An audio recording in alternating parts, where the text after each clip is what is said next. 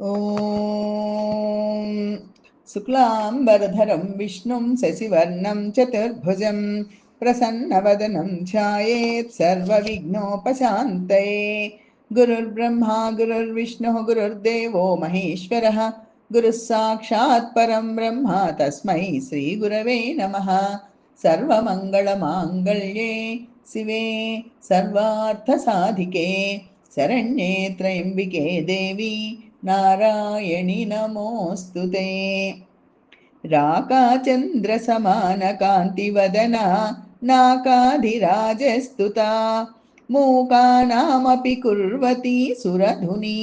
नीकास्यवाग्वैभवम्। श्रीकाञ्चीनगरी विहाररसिका शोकापहन्त्री सताम् एका पुण्यपरम्परा पशुपतेर् आकारिणी राजते। जाता शीतलशैलतः सुकृतिनां दृश्या परं देहिनां लोकानां क्षणमात्र संस्मरणतः सन्तापविच्छेदिनी। आश्चर्यं बहुखेलनं वितनुते नैश्चल्यमाबिभ्रति कम्पायास्तटसीं निकापि तटिनी कारुण्यपाथो मयि परामृतझरी प्लुता जयति नित्यमन्तश्चरी भुवामपि बहिश्चरी परमसंविदेकात्मिका महद्भिरपरोक्षिता सततमेव काञ्चीपुरे ममान्वहमहं मतिः मनसि भातु माहेश्वरी चराचर जगन्मयीं सकलहृन्मयीं चिन्मयीं गुणत्रयमयीं जगत्त्रयमयीं त्रिधामामयीं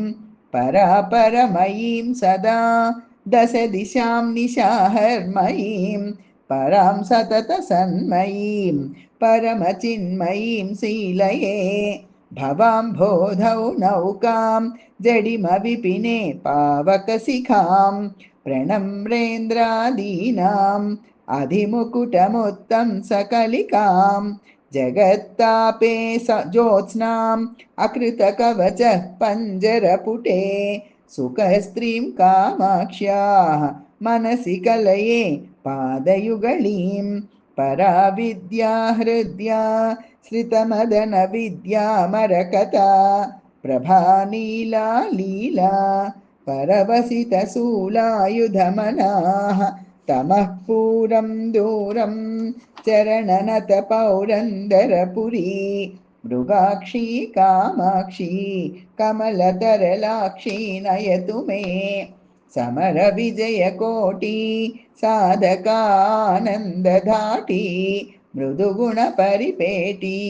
मुख्यकादम्बवाटी मुनिनुतपरिपाटी मोहिता जाण्डकोटी परमशिववधूटी पातु मां कामकोटी यस्या वाटी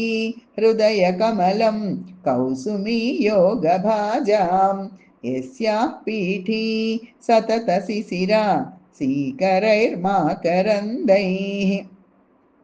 यस्याः पेटी श्रुतिपरिचलन् मौलिरत्नस्य काञ्ची सा मे सोमाभरणमहिषी साधयेत् काङ्क्षितानि कुण्डलिकुमारिकुटिले चण्डिचराचर सवित्रि चामुण्डे गुणिनि गुहारिणि गुह्ये गुरुमूर्ते त्वां नमामि कामाक्षि अभिदाकृतिर्भिदाकृतिः अचिदाकृतिरपि चिदाकृतिर्मातः अनहंता त्वम् अहंता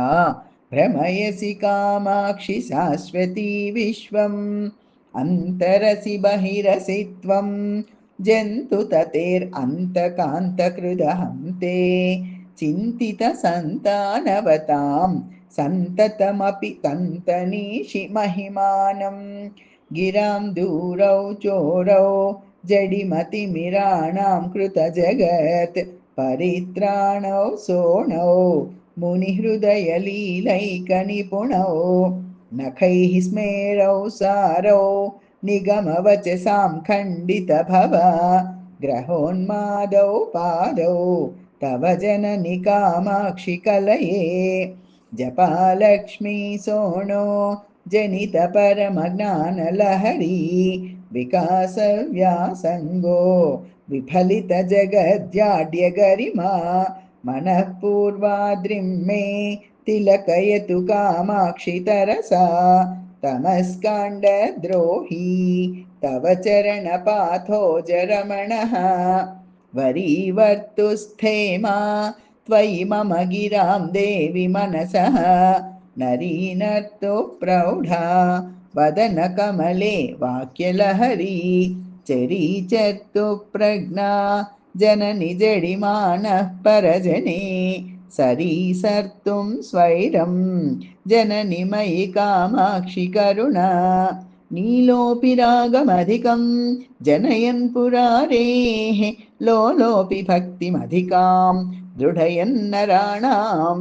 वक्रोऽपि देवि नमतां समतां वितन्वन् कामाक्षि नृत्यतु मयि त्वदपाङ्गपातः अत्यन्तशीतलम् अतन्द्रयतु क्षणार्थम् अस्तोकविभ्रमम् अनङ्गविलासकन्दम् अल्पस्मितादृतम् अपारकृपाप्रवाहम् अक्षिप्ररोहम् अचिरान् मयि कामकोटि कैवल्यदाय करुणारसकिङ्कराय कामाक्षि कन्दलित विभ्रमशङ्कराय आलोकनाय तव भक्तशिवङ्कराय मातर्नमोऽस्तु परतन्त्रितशङ्कराय संसारघर्मपरितापजुषां नराणां कामाक्षि शीतलतराणि तवेक्षितानि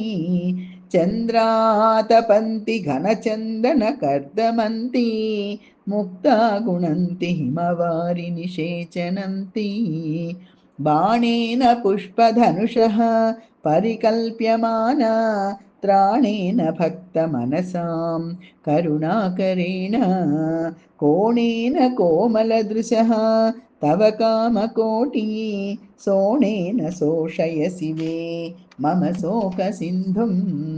अज्ञातभक्तिरसम् अप्रसरद्विवेकम् अत्यन्तगर्वम् अनधीतसमस्तशास्त्रम् अप्राप्तसत्यम् असमीपगतं च मुक्तेः कामाक्षि माम् अवतु ते करुणाकटाक्षः इन्धाने भववीतिहोत्र विवहे कर्मौघचण्डानिला प्रौढिं न बहुलीकृते निपतितं सन्तापचिन्ताकुलं मातर्मां परिषिञ्च किञ्चिदमलैः पीयूषवर्षैरिव श्रीकामाक्षि तव स्मितद्युतिकणैः सैसिर्यलीलाकरैः कर्पूरैरमृतैर्जगज्जननि ते कामाक्षि चन्द्रातपैः मुक्ताहारगुणैर्मृणालवलयैः मुग्धस्मितश्रीर्इयं श्रीकाञ्चीपुरनायिके समतया संस्तूयते सज्जनैः तत्तादृङ् मम तापशान्तिविधये किं देवि मन्दायते चेतः शीतलयन्तु नः पशुपतेः आनन्दजीवातवः नम्राणां नयनाद्वसीमसु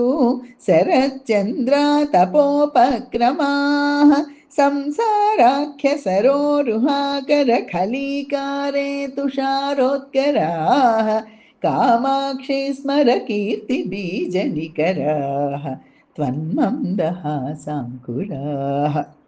सूतिः स्वेतिमकन्दलस्य वसतिः शृङ्गारसारश्रियः पूर्तिः सूक्तिझरीरसस्य लहरी कारुण्यपाथो निधेः वाटिकाचन कौसुमी मधुरिमा स्वाराज्यलक्ष्म्यास्तव श्रीकामाक्षि ममास्तु मङ्गलकरी हासप्रभा चातुरी क्रीडालोलकृपासरोरुहमुखी सौधाङ्गणेभ्यः कवि श्रेणीवाक्परिपाटिका अमृतझरी सूती गृहेभ्यः शिवे निर्वाणाङ्कुरसार्वभौमपदवी सिंहासनेभ्यस्तव श्रीकामाक्षि मनोज्ञमन्दहसित ज्योतिष्कणेभ्यो नमः कवित्वश्री मिश्रीकरणनिपुणौ रक्षणचणौ विपन्नानां श्रीमन्नलिनमसृणौ सोणकिरणौ मुनीन्द्राणाम् अन्तःकरणशरणौ मन्दसरणौ मनोज्ञौ कामाक्ष्या दुरितहरणौ नौमि चरणौ परस्मात् सर्वस्माद् अपि च परयोर्मुक्तिकरयोः नखश्रीभिर्ज्योत्स्ना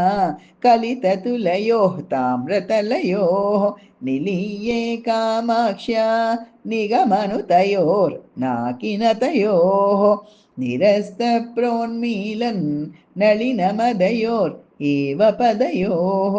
रणन्मञ्जीराभ्यां ललितगमनाभ्यां सुकृतिनां मनोवास्तव्याभ्यां मथिततिमिराभ्यां नखरुचा निधेयाभ्यां पद्या निजशिरसि कामाक्षि सततं नमस्ते पादाभ्यां नलिनमृदुलाभ्यां गिरिसुते यशस्सूते मातः मधुरकवितां पक्ष्मलयते श्रियं दत्ते चित्ते कमपि परिपाकं प्रथयते सतां पाशग्रन्थिं शिथिलयति ते किं न कुरुते प्रपन्ने कामाक्ष्याः प्रणतिपरिपाटी चरणयोः मनीषां माहेन्द्रीं ककुभमिव ते कामपि दशां प्रधत्ते कामाक्ष्याः चरणतरुणादित्यकिरणः यदीये सम्पर्के